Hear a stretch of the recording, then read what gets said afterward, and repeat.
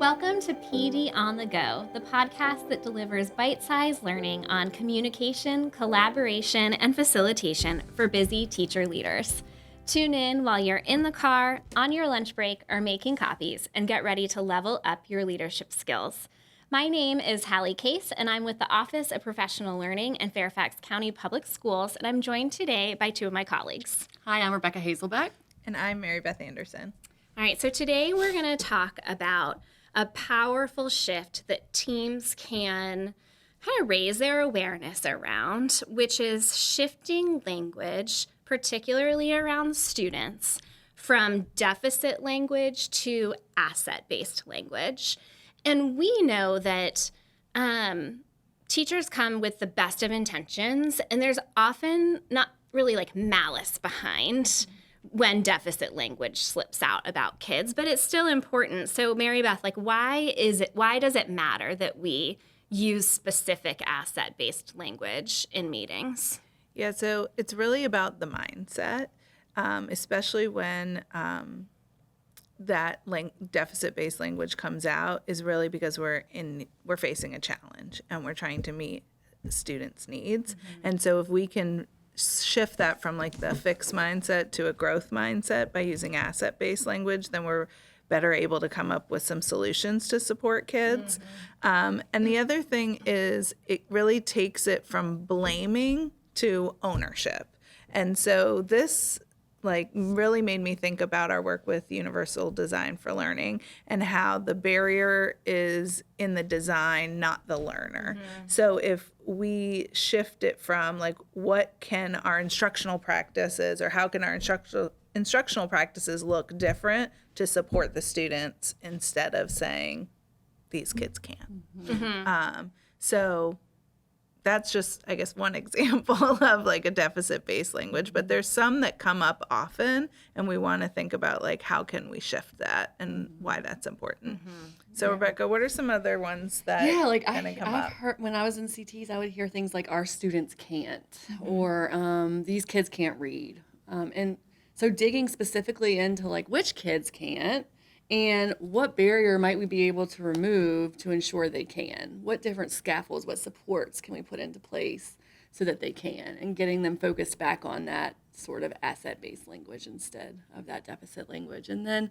I also hear they have no background knowledge. And so it's... I definitely said that as a teacher. Yeah. And so how can we connect this to their experiences? Didn't teach it, and they're coming to us, Right. So. Right. Okay, sorry, we talked over you. Yeah. I started to feel a little You're bit fine, bad. I know, but or these kids aren't motivated. They're not going to do that lesson. Or my kids can't use a computer, so they're going to write instead. So really getting the teachers to think about, well, what can the kids do? And what can we proactively remove, like you said, for Universal Design for Learning, from the environment to ensure that they can? So it's really about reframing that language, because it's always uncomfortable when we're in a meeting, especially as a leader on your team or in your school building, when we hear that deficit-based language, but we don't always know how to address it in that moment. Mm-hmm. And Rebecca, you talked a little bit about asking a question. So what specifically can't the students do, or what haven't they learned yet? Yeah. Or what is the specific misconception that they have? Mm-hmm. Yeah, those questions that dig deeper, probe into their thinking a little bit. And also, I think one of the most powerful things we can do is to paraphrase. I was in a meeting before with another teacher who was talking really bad about her students. And I saw her in the office after class, and she was saying something to me, and I was like, well, you don't like your students anyway. And she literally got so mad at me and started crying. But that's really what she said in the meeting.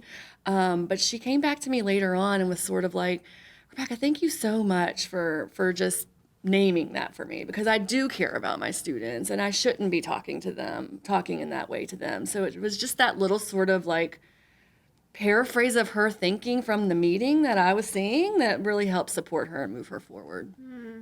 And it kind of let her see the intent, that wasn't the intention of her language, but somebody might have felt that way after that was said. Mm-hmm. So it feels too, that watching how we phrase our words or say something if we can shift to that asset-based language, it really tells us something about ourselves too, and kind of gives off that, I don't know, you want to always be professional in your words and what you say. And I'm sure that teacher would never want someone to think she doesn't like her students when it was a moment of frustration, probably. She was stuck. Yeah. She was so frustrated with her students. They weren't learning the way she wanted them to learn. And she got stuck in that deficit language and recognized really quickly, when I paraphrased her a little bit, that she needed to sort of move past that and think more about, well, what can I do? What can I control in order to support these kids that are in my class every day? Right. Yeah, I mean, it makes me think about like the setting too of like when, as a teacher leader, when do you say something in the moment versus when you wait and maybe have that conversation later?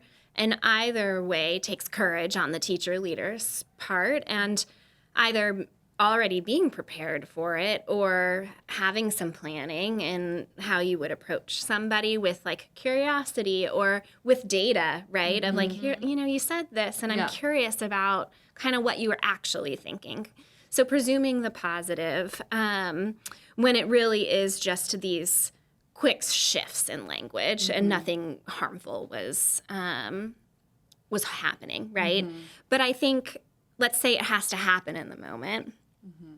We talk about professional learning communities, and there's a pillar in PLCs that I like would hang my hat on as being one of the most important, and it's values or collective commitments. And I think that every school should have collective commitments, and those are your beliefs. So I think if a team leader can be really supported by that third point of, you know, we believe that all students can learn. So I just want to bring our attention back to this collective commitment of, or, you know, like we believe that rigor is available to all students. So we need to think about what barriers we need to remove in our approach so that students can learn. So shifting the language that way, maybe when it does need to be said in more of a team setting, but it's not really calling out somebody. It's pointing attention to what we value as a school and that we're going to make our decisions based on that. Yeah, that feels like a little bit easier to like use that third point to support you. Yeah, because ultimately somebody needs to say something. Yeah. They can't just let this type of language happen and let that be okay, because it's going to be contagious, and people are all around the table are going to start doing it and thinking that it's acceptable to talk like that. Yeah. And the impact it has, especially if veteran teachers use that language on our newest teachers, you know, and so if we're not, you know, calling people in to have that conversation or name it for them, that can like spread. Yeah. It's making me think, Hallie, you're really good about like thinking about generalizations. I feel like Rebecca and I can sometimes be exaggerators. We're like, all the teams are doing this, or everyone is. So you will say, okay, tell me more. You said all, but is it really everyone, or is it this? And so when you ask that question, it never feels like, oh, she's calling me out. No, but you're making me specifically really think about, okay, is it really all, or is it really like three? And how can I do it, you know? Right. And so thinking about just even how you question or shifts to make or point something out can really support someone in shifting their language. Yeah. So, you know, a couple ideas around this that we talked about was data, paraphrasing, followed up maybe by a question like, when you said all, did you mean all, or is there, right? And then also collective commitments in a school. So we're going to share some resources. One is, well, and before I talk about that, I'll first say, like, I think that sometimes where deficit-based language can be a little bit more pervasive, like when it starts to rise to the surface, is when we look at student data in those, you know, data analysis protocols of we're talking specifically about students. We're looking at student learning, and so on the data page of our PLC site, we have a tool that's been adapted from other resources, and it's cited so teacher leaders can see it. But it's called How to Reframe Our Conversations About Students. And it's a table that basically says, like, instead of saying this, reframe your ideas with this. And we've seen teams use this, like they've taught their groups this language, right? And almost like at the beginning of the year, here's a commitment we're making. Even if we don't have collective commitments as a team, we're going to talk about students in this way. So using it as a guiding document for a team could replace collective commitments if you don't have them as a school. So we're going to share this with you. And then there was one more thing, but now I can't remember what it was. So we'll think of it. And we'll add it on. And we'll add it. I'll think about what It'll it was. be a surprise resource. It'll be a surprise. And we'll share it with you. So make sure you look at that surprise resource. You can find our all of the resources for all of our episodes on our Instagram account, which is at FCPS_PD. And if you're in Fairfax County Public Schools, you can go to Atlas and search PD on the Go, which is where you can find our teacher leadership site with this surprise resource that we hope you check out. So thank you for listening, and we hope you join us next week for more PD on the Go.